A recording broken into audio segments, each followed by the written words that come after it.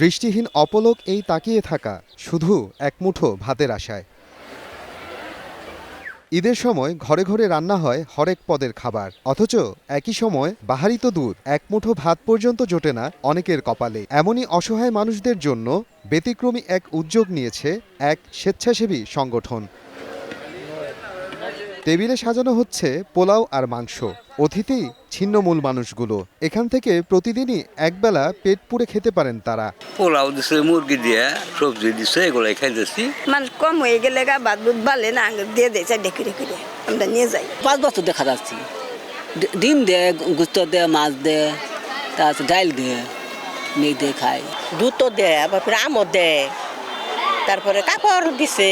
আমরা বাড়ি করে খাইতে পারি না, তো এই জায়গায় আসা গরিব দুঃখীদের খাওয়া, এই জায়গায় আমরা বসে খাই। প্রায় 5 বছর ধরে অনাহারীর আহার নামে বিনামূল্যে খাবার দেওয়ার এই কার্যক্রম চালিয়ে আসছে নি ফাউন্ডেশন। বিভিন্ন লোকজন আমাদের অনুদান প্রদান করে থাকে, আর আমাদের যারা সদস্য আছে তাদের মাসিক একটা সদস্য চাঁদা হিসেবে আমরা এভাবে প্রতিষ্ঠান করি। ব্যতিক্রমী এই উদ্যোগকে সাধুবাদ জানিয়েছে স্থানীয়রা। না, আসলে আমরা মাঝে মধ্যে আসার পরে দেখি এখানে কিছু গরিব দুঃখী মানুষের মধ্যে খাবার বিলাই দেয়। আজকে জিনিসটা আমাদের খুব ভালো লাগে। গরিব অসহায়দের প্রতিদিন একবেলা করে খাওয়ানোর ব্যবস্থা করা হচ্ছে এবং এই দৃশ্যটা দেখে আসলে খুবই ভালো লাগলো।